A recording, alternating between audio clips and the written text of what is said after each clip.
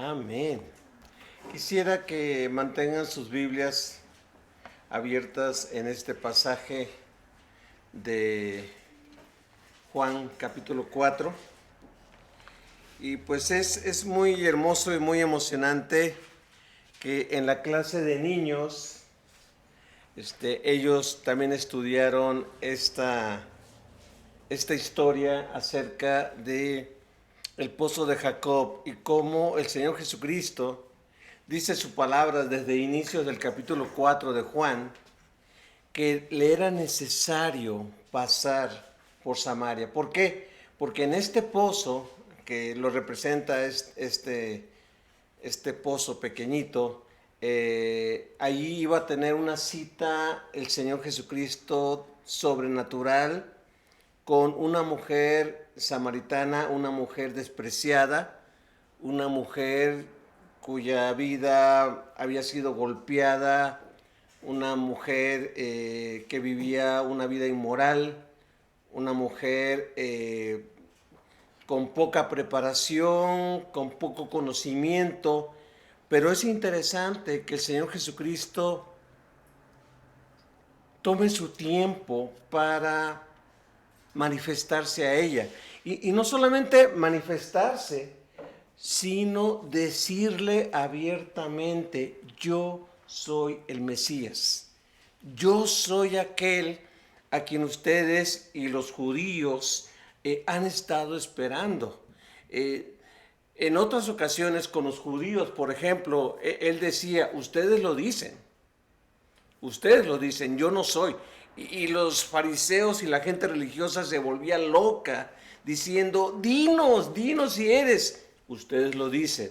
Pero con esta mujer, con poca preparación, con pocos estudios, y muy diferente al hombre respetable del capítulo 3 de Juan, Nicodemo, Jesús se manifiesta abiertamente. Y es lo que me impacta, es lo que me impresiona acerca de que no solamente se manifestó a ella, sino que también le dijo la adoración que Dios quiere, la adoración que Dios anda buscando de aquellos que Dios se les manifiesta. Yo en la introducción pongo lo siguiente: la Biblia dice que Dios nos amó y nos eligió. Él tomó la iniciativa, tanto a judíos como a gentiles, es decir, de otras razas, para que viviéramos para Él. Dios no nada más nos escogió para entretenernos, Dios nos escogió y nos amó para que ahora viviéramos para Él y para que le diéramos gloria y alabanza. Recuerden que un primer propósito del remanente es adorar a Dios. Y en este primer mes del año hemos estado enfatizando que no confiando en nuestro entendimiento, sino confiando en el Espíritu Santo, busquemos adorar a Dios. No lo que me dijeron, no lo que escuché en algún lugar. ¿Qué dice? ¿Qué dice su palabra? ¿Qué dice Dios en cuanto a adorarle de acuerdo y guiado por el Espíritu? Sigo diciendo, al ser propiedad de Dios, Él al crearnos y al comprarnos a través del sacrificio de Jesucristo, Dios quiere que le adoremos, Dios quiere que vivamos para adorarle. Dios, y eso lo dice claramente el versículo 24 que acaba de leer Blanca, Dios anda buscando y quiere que nuestras vidas le adoren. ¿Qué? Anda buscando adoradores que le adoren en espíritu y en verdad. Y para ello, para poder hacer eso, aquí viene un pero, aquí viene una tarea de parte de cada uno de nosotros: conocerle. Para adorarle en espíritu y en verdad tenemos que conocerle más a través de su palabra y con ello evitar errores como la de esta mujer. Errores y que muchas personas han cometido a lo largo de su peregrinaje espiritual. Yo quisiera mencionar parte de estos errores que muchas veces cometemos al adorar a Dios, al buscar honrarle, bendecirle. Y espero que si tú llegas a escuchar este mensaje, en honestidad, en humildad, si tenemos que reconocer algo, si tenemos que arrepentirnos de algo, lo podamos hacer y le podamos pedir ayuda a Dios para adorarle como Él quiere. Fíjese, esta mujer tuvo esta oportunidad, por eso yo le titulé a este mensaje La verdadera adoración enseñada por Cristo. No enseñada por mí, no enseñada por un hombre cualquiera, enseñada por el Señor mismo, el Señor Jesucristo.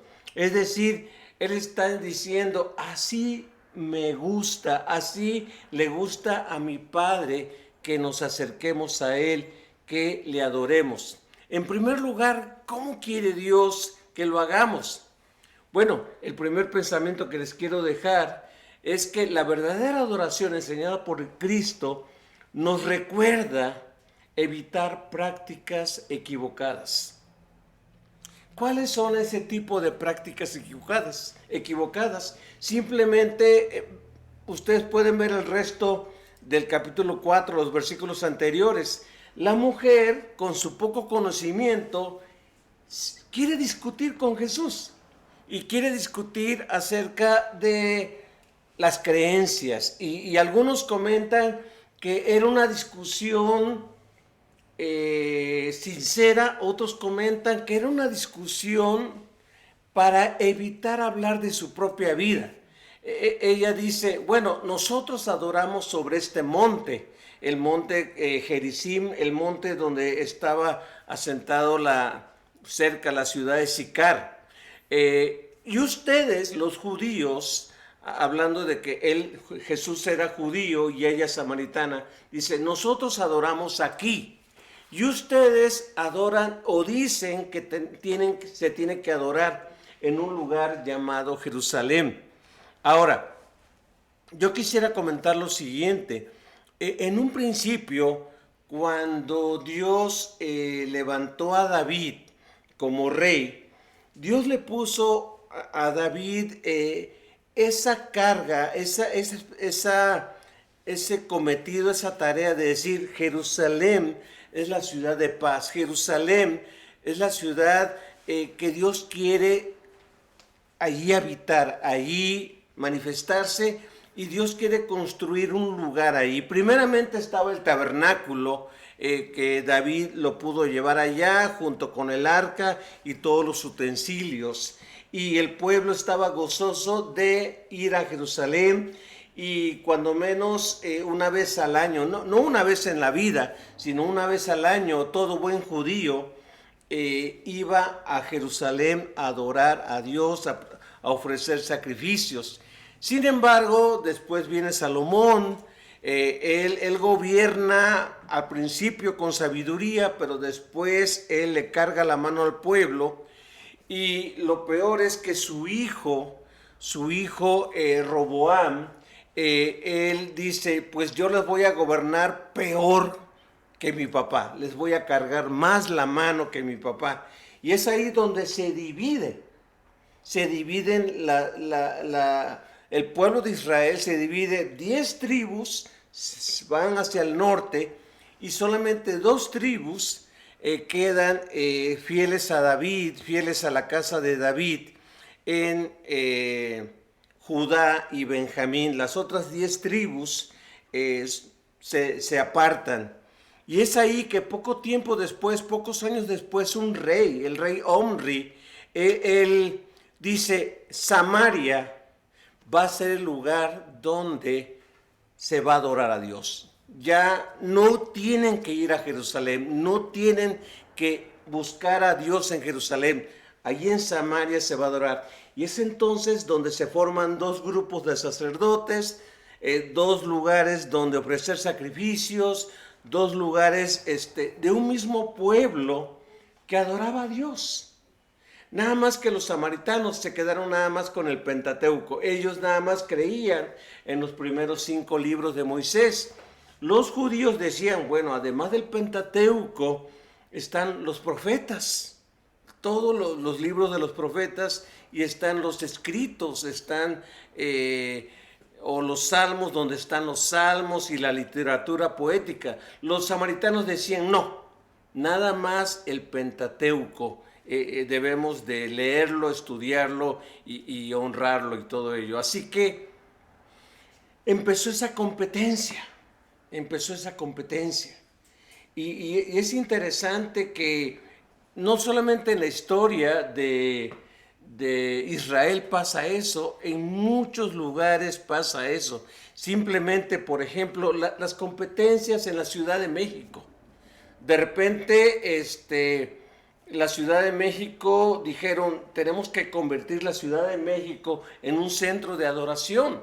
¿Qué hacemos? ¿Qué hacemos? Bueno, que ahí se manifieste una virgen, la Virgen Morena.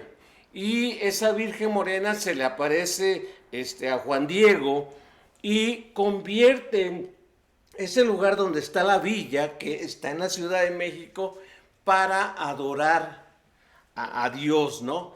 Adorar a la Virgen y convertirlo en un lugar de adoración. Y es increíble que han pasado años y años y años y millones de personas van cada año en diciembre a adorar a la Virgen. Bueno, otros lugares dijeron, ¿qué hacemos para ya no tener que ir hasta la Ciudad de México? Y los de Guadalajara empezaron a decir, ¿qué hacemos? ¿Qué hacemos? Ah, la Virgen me parece que es de San Juan de los Lagos, ¿no? Es de Zapopan, perdón. Dijeron, tenemos que hacer algo, tenemos que hacer que una Virgen se aparezca acá también, para que no toda la gente se vaya a la Ciudad de México. Entonces ya tienen la Virgen allí en el estado de Jalisco y mucha gente va a Jalisco. Y así es. No, en este lugar, no, en este lugar, no, este lugar está más cerca de Dios, no. Es decir, esto lo digo con mucho respeto. A veces tenemos creencias equivocadas de que es en un lugar donde tenemos que adorar a Dios. De hecho, es interesante dentro de estas cosas que Jesús le dice a la mujer, ¿sabes qué, mujer? En el versículo 21, la nueva traducción viviente dice, querida mujer. En el hebreo es casi como Jesús le está diciendo, madame, le está diciendo como, no la está tratando con falta de respeto, la está tratando con mucho respeto. ¿Sabes qué, mujer? Ni en Jerusalén, ni en este monte, ya se va a adorar a Dios. No puedes tú limitar a Dios a un lugar. No lo puedes limitar. Aparentemente nosotros podemos decir, los samaritanos estaban muy mal. Bueno, los judíos también estaban mal en ese aspecto, ¿no? Pero pensando que porque era Jerusalén, ellos estaban correctos. Bueno, la misma historia nos muestra que vino un ejército pagano, un ejército extranjero y arrasó con Jerusalén y arrasó con el famoso templo de Salomón y no quedó nada.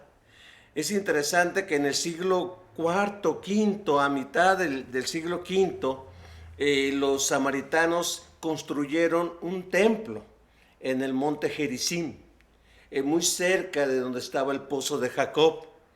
Pero en el año 125-130 antes de Cristo vino Juan Hircano, vino un conquistador y arrasó y destruyó ese templo que tenían los samaritanos. Bueno, quedaron puras piedras allí. Es interesante que aunque ya no volvieron a construir un templo allí, subían los samaritanos al monte Gerizim a ofrecer sacrificios. Seguramente la mujer había visto ese monte y había visto esas piedras que eran un recuerdo que allí hubo un templo. ¿Qué creían los samaritanos? Rápidamente les comento esto. Los samaritanos nada más creían en el Pentateuco, creían en Dios, al igual que los judíos pensaban, pero ellos no se llamaban judíos. Es curioso. Ellos se llamaban hijos de Israel. Ellos decían, nosotros no somos judíos, somos hijos de Israel, porque judíos se relacionaba con Judá. Y decía, no, nosotros no somos de ellos, somos los hijos de Israel y nuestros patriarcas son Abraham, Isaac y Jacob. Curioso, ellos también creían en una resurrección y creían que un profeta, uno tipo Moisés, iba a venir a participar de la resurrección en ese aspecto, ¿no? Ellos creían en los 10 mandamientos, puesto que los 10 mandamientos estaban dentro de los 5 libros de Moisés, pero ellos, el último mandamiento de no codiciarás, enfatizaba el aspecto de santidad, buscar la santidad, buscar la santidad. Entonces ya con esta situación, Dios nos enseña una cosa, prácticas equivocadas. A Dios no se le adora en un lugar. ¿Y cómo viene Jesucristo a cambiar esto? Dice, la hora viene y ahora es. ¿A qué se está refiriendo Jesucristo? Que Jesucristo con su muerte y su resurrección, Él abre un amplio camino para que ya no en un templo, ya no en una ciudad, ya no en un lugar esté limitada o concentrada su adoración. Dice la Biblia en los evangelios que cuando Jesús murió, dice, el velo del templo se rasgó de arriba abajo y aquello que separaba la presencia de Dios del adorador fue quitada, de tal manera que uno ya tiene libre entrada, libre acceso a Dios. Ya no es a través de un sacerdote, ya no es nada más a través de un pastor, ya no es a través de un líder. Todos, tú y yo, tenemos acceso y podemos adorar a Dios en espíritu y en verdad. Así que es maravilloso esto. Vean, algo que me impacta acerca de las malas prácticas de los judíos es lo siguiente. Por ejemplo, en Amós, capítulo 5, el Señor Jesús, Dios nos dice lo siguiente, un mensaje tremendo, un mensaje poderoso hacia los judíos de aquel tiempo. Dice Amós 5:14, hagan lo bueno y huyan del mal, para que vivan. Entonces el Señor de los ejércitos celestiales será su ayudador, así como ustedes han dicho. Versículo 15, odien lo malo y amen lo bueno, conviertan sus tribunales en verdaderas cortes de justicia. Quizás el Señor de los ejércitos celestiales todavía tenga compasión del remanente de su pueblo. Y sigue diciendo algo que a mí me impacta, me impresiona por la relevancia de esto. En Amós 5 nos dice lo siguiente, versículo 21, odio todos sus grandes alardes y pretensiones, la hipocresía de sus festivales religiosos y asambleas solemnes. El 22 me pone a temblar. No aceptaré sus ofrendas quemadas, ni sus ofrendas de grano, ni siquiera prestaré atención a sus ofrendas selectas de paz. Versículo 23. Fuera de aquí con sus ruidosos himnos de alabanza. No escucharé la música de sus arpas. Esto es impresionante. Dios está diciendo que están mal los cantos, están mal los himnos. No. ¿Están mal las festividades religiosas? No. Lo que está mal es la actitud con la que los ofrecemos. Dice el Salmo 51, al corazón contrito y quebrantado, no despreciarás tú. Al corazón contrito y humillado no despreciarás tú. Dios está diciendo, ¿saben qué? Más que sacrificios, más que grandes y multitudes de ofrendas, yo me fijo en el corazón, me fijo en aquello que Dios ha dado, ha hecho para mí en ese aspecto. Gracias. Entonces, quitemos, Dios nos dice y Jesucristo nos dice, hagamos a un lado las prácticas equivocadas y quitemos la idea de que solamente Dios se manifiesta en un lugar. Dios se puede manifestar en un jardín, a Dios se le puede adorar en una plaza, a Dios se le puede adorar en un parque, a Dios se le puede adorar en un garage, en un estacionamiento, a Dios se le puede adorar en una casa, a Dios se le puede adorar en un salón. No importa el lugar siempre y cuando nuestra actitud sea la correcta. Podemos tener todos los elementos que necesitamos para rendirle adoración, pero si nuestra actitud está equivocada, entonces es una práctica que no vale la pena. Vamos a ahondar un poquito más en lo que el Señor le está diciendo a la mujer samaritana. Vean el segundo punto, el segundo pensamiento que les quiero dejar. Jesús nos enseña, la enseñanza de Jesús de la verdadera adoración nos recuerda que el contenido es más importante que la forma. El contenido de mi adoración es más importante que la forma en que lo hago. Hay personas que dicen, y a mí me gusta levantar las manos, no, para adorar a Dios hay que levantar las manos. Levanta las manos así. Hay personas que dicen, no, hay que tener las manos abajo. Hay personas que dicen, no, hay que orar ya con palabras ya aprendidas, hechas. No, otros dicen, no, hay que orar espontáneo, lo que te salga del corazón.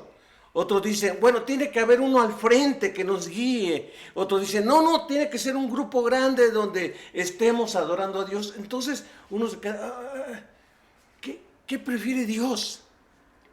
¿Qué quiere Dios? ¿Cómo quiere Dios eso? ¿Cómo quiere Dios? Bueno, lo importante es el contenido. Me impacta mucho y Jesús no se mide, no se tienta el corazón cuando en el versículo 22 le dice a la samaritana lo siguiente: ustedes, los samaritanos, saben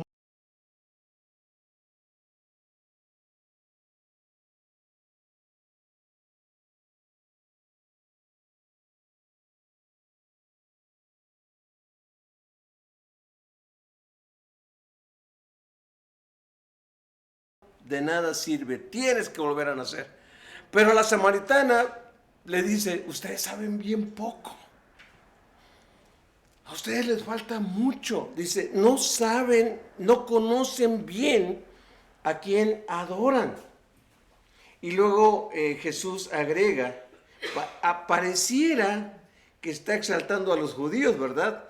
Porque dice, mientras que nosotros, los judíos, conocemos bien a quien adoramos, y aquí está la clave, porque la salvación viene por medio de los judíos.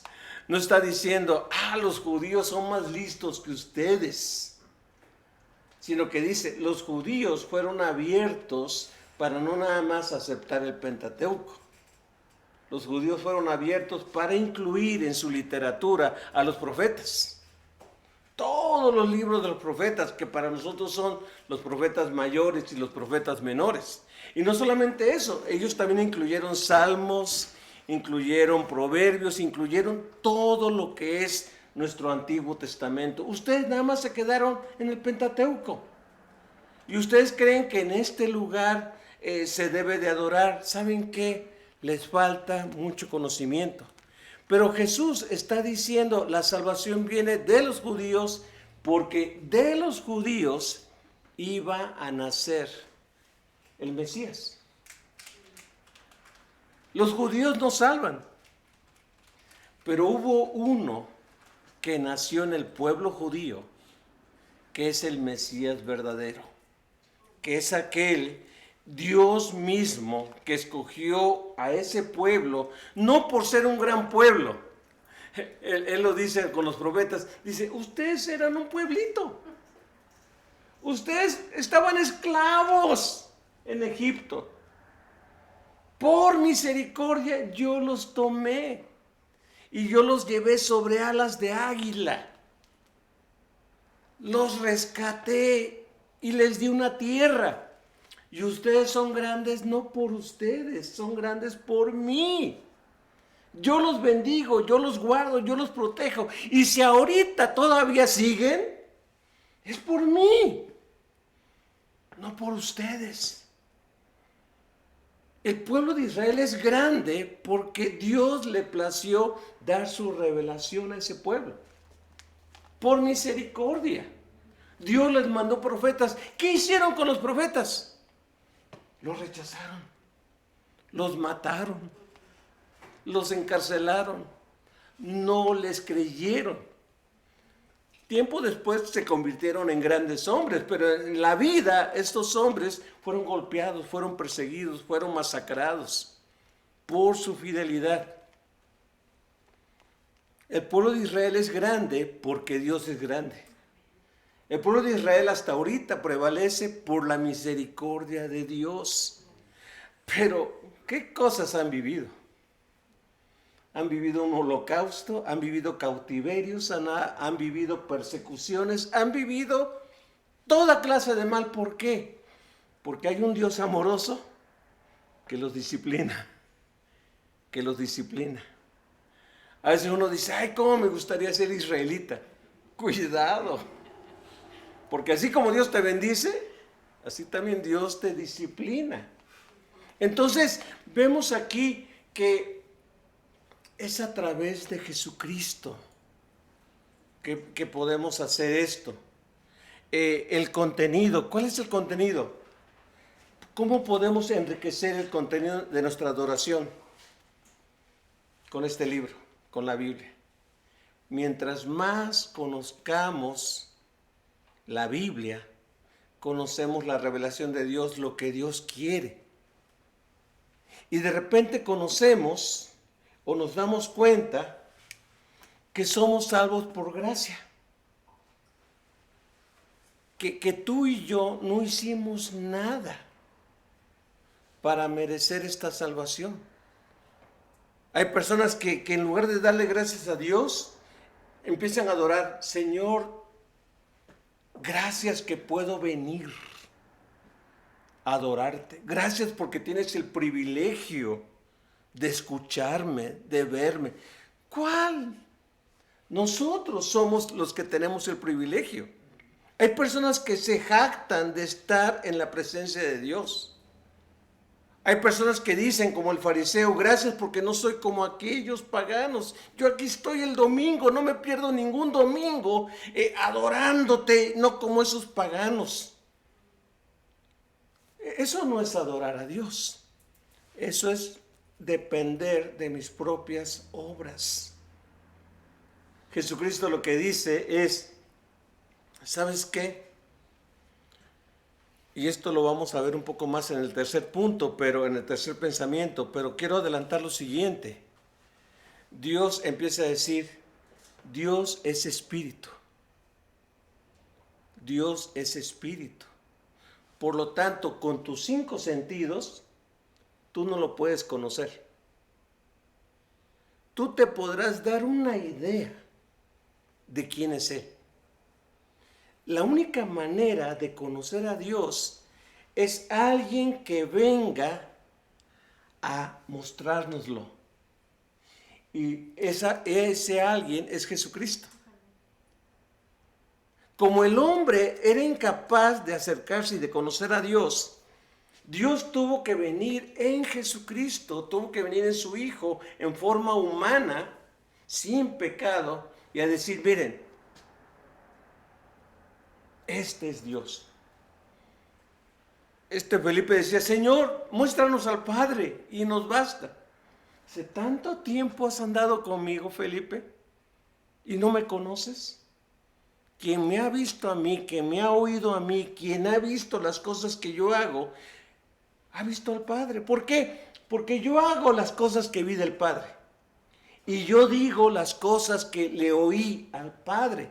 En otras palabras, Jesucristo manifestaba al Padre. Jesucristo daba a conocer quién es Dios. Nosotros a veces decimos, no, el Dios del Antiguo Testamento, terrible. El Dios del Antiguo Testamento es de pavor. Y cuando viene Jesucristo lo vemos así,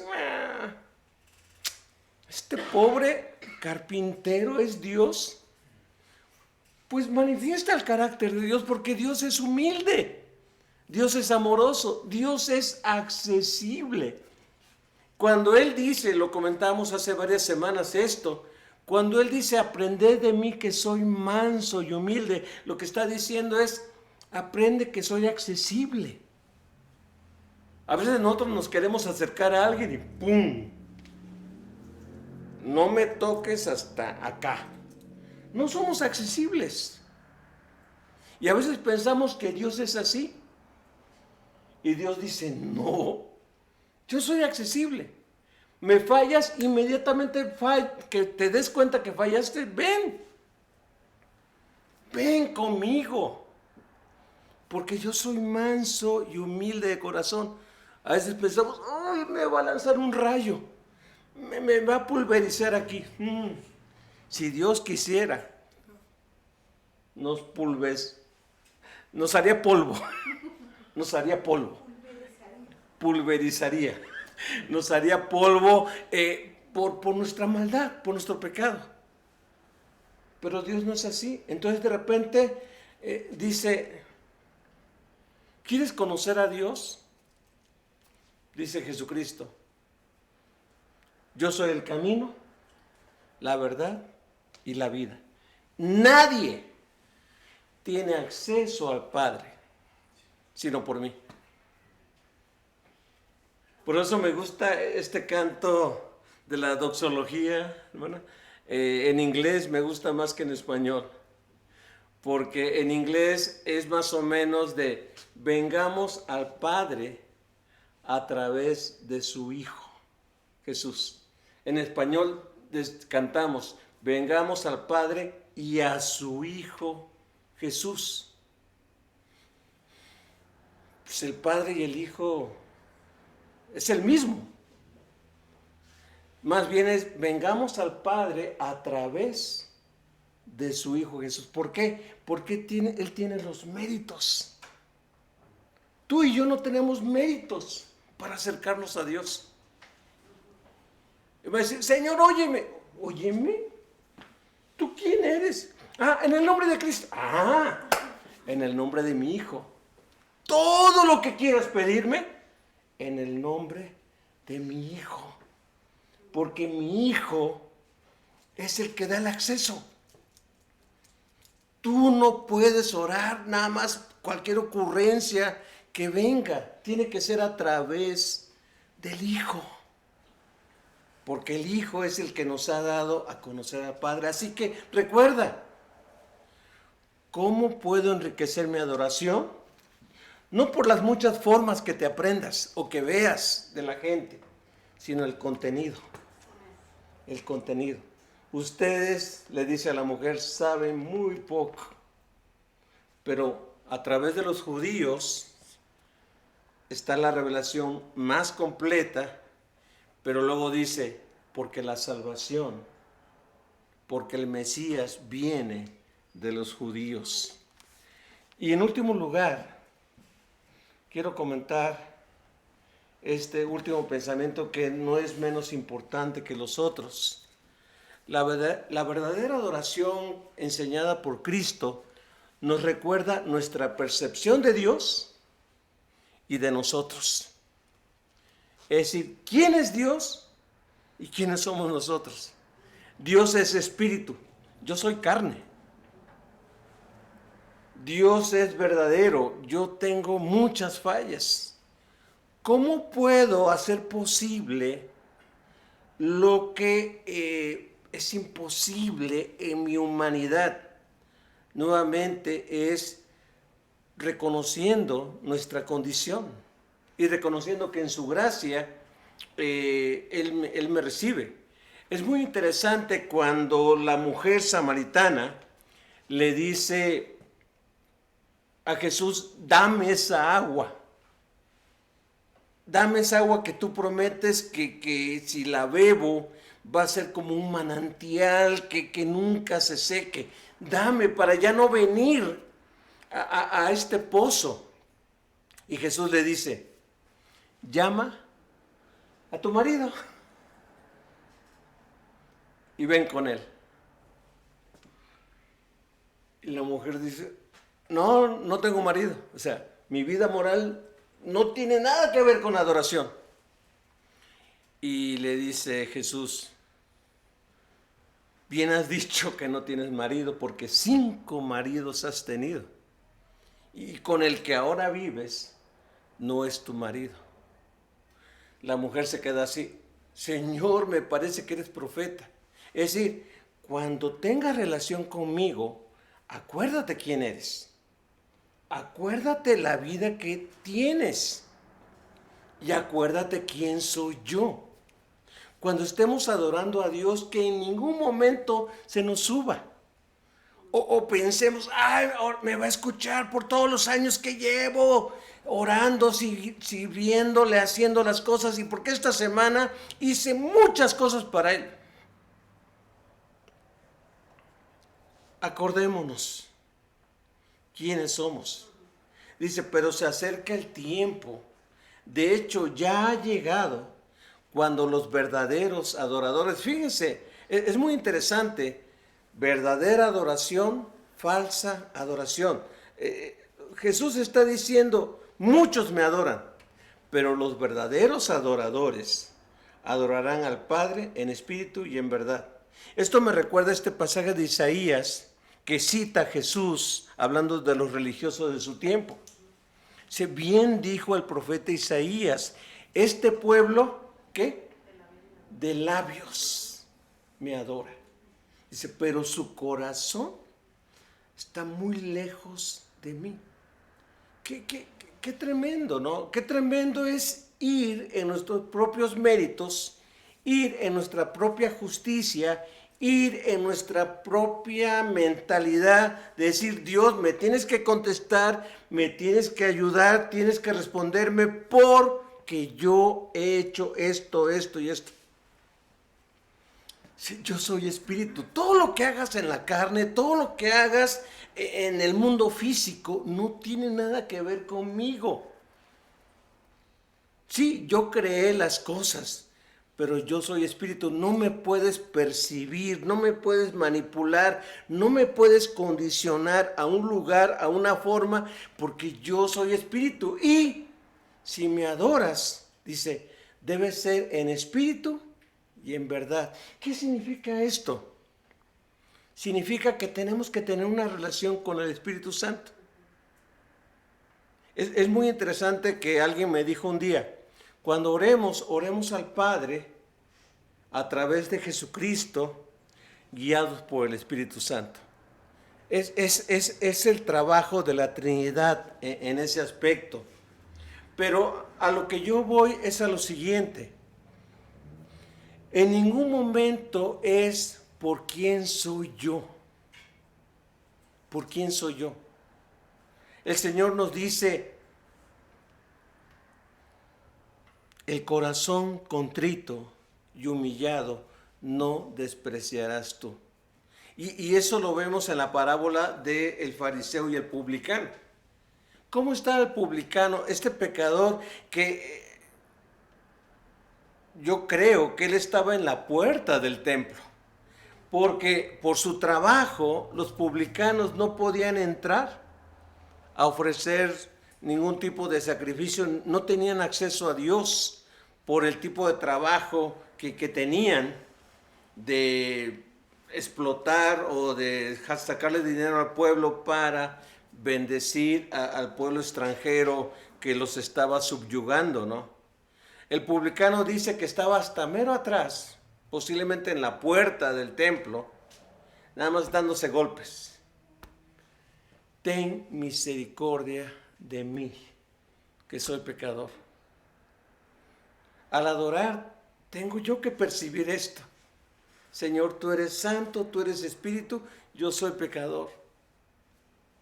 Que en tu misericordia tú recibas, tú te goces de lo que te estoy dando.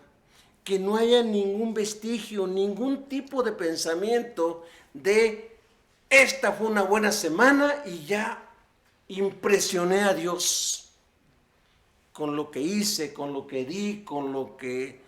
Y es triste que mucha gente religiosa esté dependiendo de eso, dependiendo de grandes sacrificios que hizo en la semana para que el domingo el Señor los oiga. Y el Señor lo dice, no quiero sacrificios. David lo dice en el Salmo 51, porque tú no quieres sacrificios, los cuales yo los daría. Tú no quieres, Dios, holocaustos. Tú quieres un espíritu quebrantado, un corazón contrito y humillado, no despreciarás tú.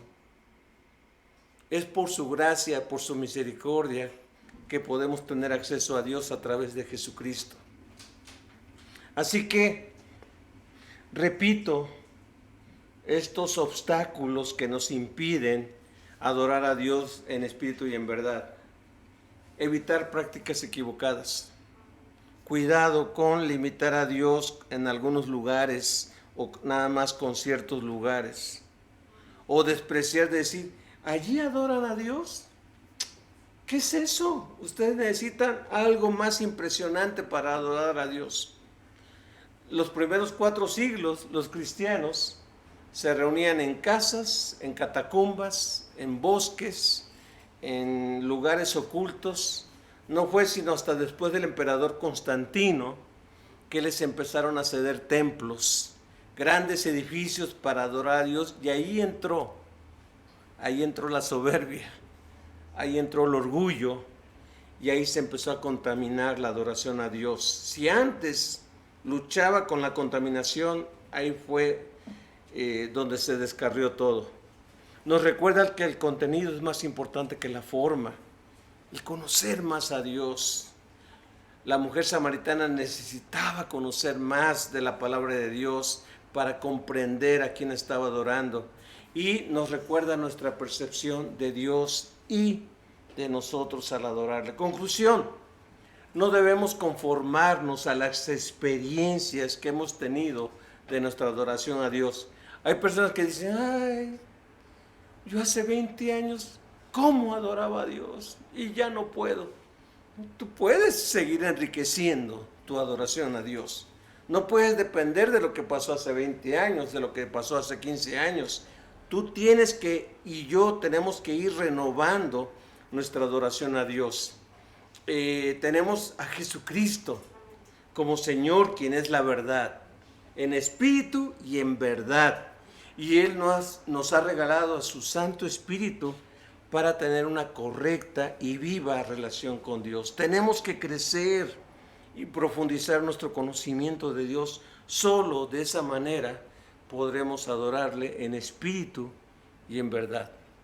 ¿Cuál va a ser nuestra decisión? Vamos a orar. Bendito Señor y Padre nuestro, aquí estamos, Señor. Gracias. Gracias por este pasaje de Juan 4. Gracias por lo asertivo, lo claro que fuiste con esta mujer que, aunque seguramente se avergonzó, aunque seguramente fue quebrantada de escuchar lo que estaba escuchando, ella te abrazó, ella creyó que tú eres el Mesías, y ella no solamente creyó, sino que fue a todo el pueblo de Sicar, a todo su pueblo, a decirle que te había encontrado. Gracias, Señor, porque mucha gente tú ya las estás preparando. Los campos están blancos, los campos están listos para la cosecha. Enséñanos, Señor, a adorarte, llevando tu palabra a los perdidos, a los que no te conocen. Señor, aquí estamos. Ten misericordia de nosotros. y manifiéstate en tu gracia para honra y gloria de tu precioso nombre. Porque en el nombre de Jesucristo pedimos todo esto, Señor.